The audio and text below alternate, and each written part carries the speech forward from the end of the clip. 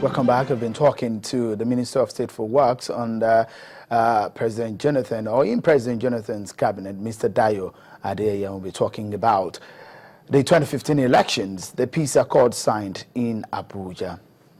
Of course, you can be part of the program by tweeting at us, and these hashtags, Peaceful Polls and Nigeria 2015. The Twitter handles are there, CTV Politics, and of course, my personal handle at Sheung Okin. Or send your comments, your views to our email. It's politicstoday@channelstv.com.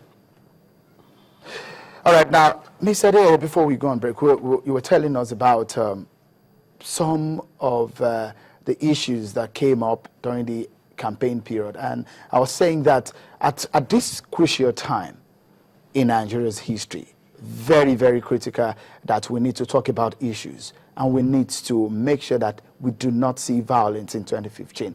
But with this, what we are seeing so far, can you tell us, is your party ready to take on, for example, the APC and some other parties? Absolutely ready. We have a very vibrant, very intelligent, and now very well experienced president who is ready to continue with his good works. On the other hand, what I see on the other camp is a very tired, very old person whose health status is a matter of great controversy. We don't know the health status of General Buhari, and that is why we always say that the health status of all presidential candidates should be a matter of public scrutiny. We should have dedicated physicians, internationally reputed physicians, who should be able to tell us, Nigerians, the health status of those who want to take over the reins of government. So the health status of General Buhari is a matter of great interest to Nigerians because there is a lot of controversy surrounding it. And there is also, President Goodluck Jonathan is a very well-educated person. He has a PhD. That is the highest you can have academically. General Buhari, we are still talking about his certificate, school certificate issue. And I say if General Buhari indeed had a school certificate, what is so difficult in producing it? It's not a big deal to produce a certificate, school certificate. If you have lost it, go back to your school, they can give you a certified true copy of it. So I don't know why General Buhari cannot present a certificate. So we are having you now have a situation in which the PDP has a very well experienced, well educated, strong and vibrant president, vis-a-vis somebody that has no certificate, is tired, is old, and has health issues. Now, when you say so on the personal level, level, that is what I would say. That is why PDP is more ready, because after all, this is a presidential election. We are voting for the individual. The party is secondary, but the individual is first, because the man is going to be the one that will take charge of the affairs of the country. So we have a better candidate in President Goodluck Jonathan than General Muhammadu Buhari. Do you think that your candidate deserves to be re-elected? My candidate deserves to be elected on account of his record. And I will begin to reel out if you give me time. I have mentioned a few about the Ministry of Works. From 5,000 kilometers of good motorable road to more than 25,000 kilometers of good motorable road. But more importantly, the fact that it's able to take on big projects, both initiatives, like the second Niger Bridge, like the Lagos-Ibadan Expressway, and so on. And then you come to the issue of railways, still talking about transportation. Nigerian railways today are moving. They were moribund and dead for years. But today, the railway is on track, it's moving. Some people will say that we're still back to the locomotives, when in some other part of the world, we're talking about light rail. We have to start from somewhere.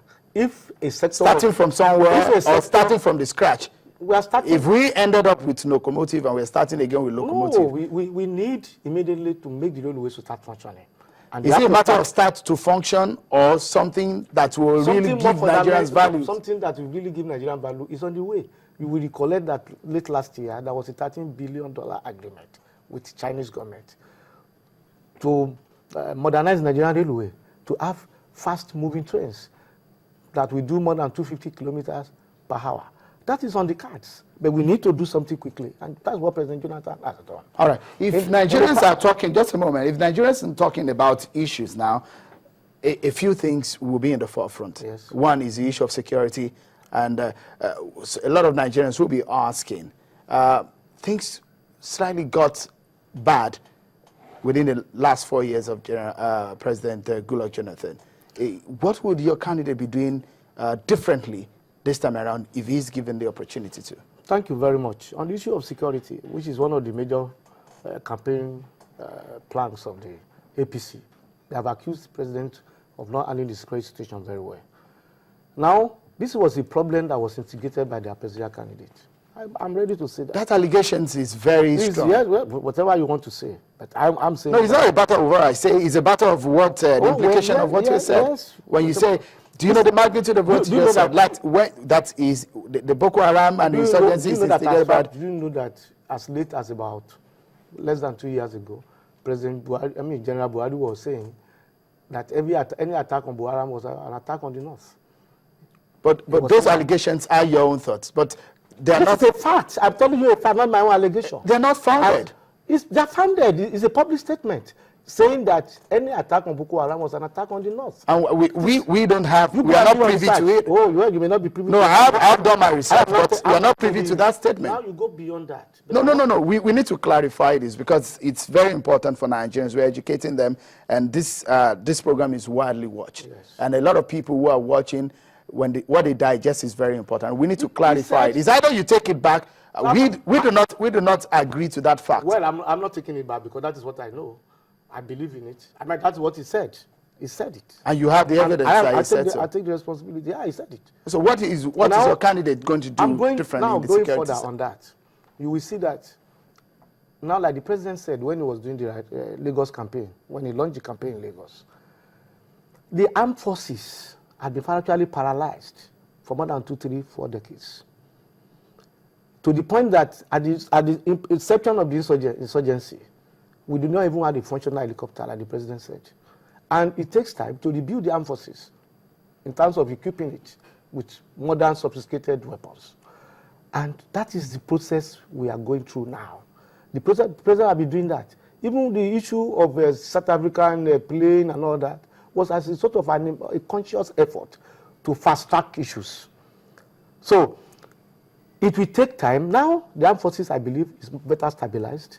And the second time for President Jonathan, within the next 1 year, there will be nothing like Boko Haram by the grace of Almighty God.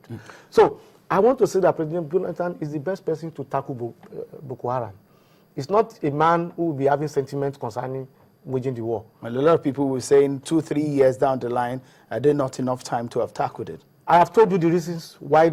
Look, insurgency, God forbid that this matter, this insurgency should be a thing that will continue in Nigeria, in other parts of Nigeria.